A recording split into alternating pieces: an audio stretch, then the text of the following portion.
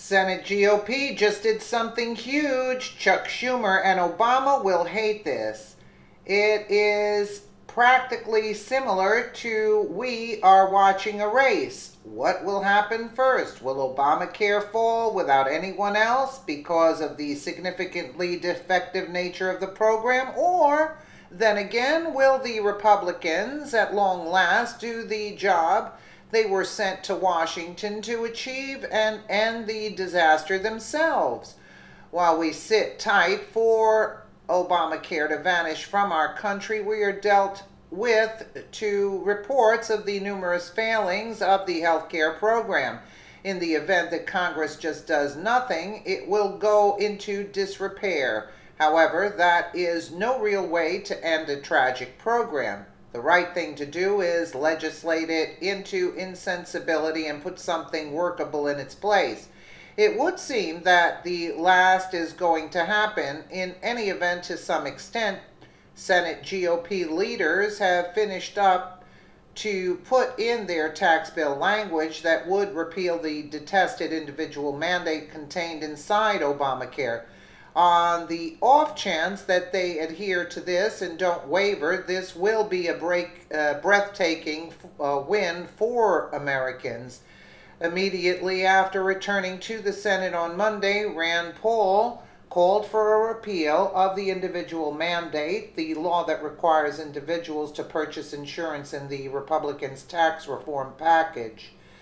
Today I'm announcing my intention to amend the Senate tax bill to repeal the individual mandate and provide bigger tax cuts for middle-income taxpayers. The mandate repeal is a promise we all made, and we should keep it. Allows an additional $300 billion plus in tax cuts. Much like his dad before him, Senator Rand Paul is determined in his pursuit of limited government and individual rights. Obamacare runs roughshod over both those interests. Henceforth, it should be retired to a type of historical center for fizzled socialist projects, there to be criticized for who and what is to come. Paul continued, "My amendment will fix a problem in the Senate bill where many taxpayers would see a tax increase because of the loss of state and local deductions. I will introduce a similar deduction as the House plan, making the tax reform plan more fair for everyone.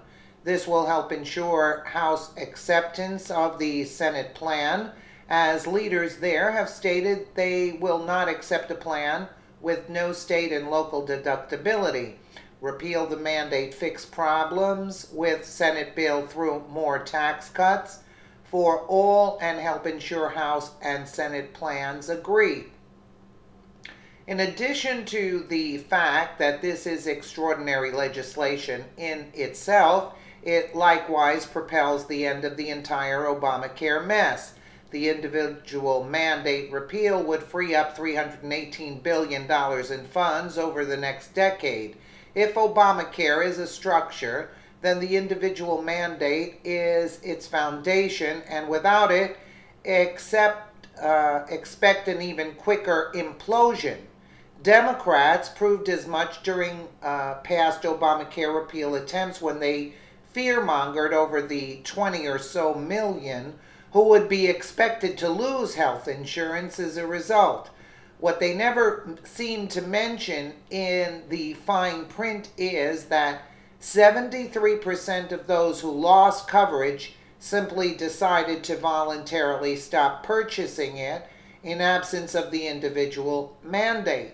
Senator Paul is indeed at the front of the battle for freedom. He comprehends that those on the left don't. Freedom isn't a comment stretched out to natives in light of the government's supposition of whether Americans can deal with it or not.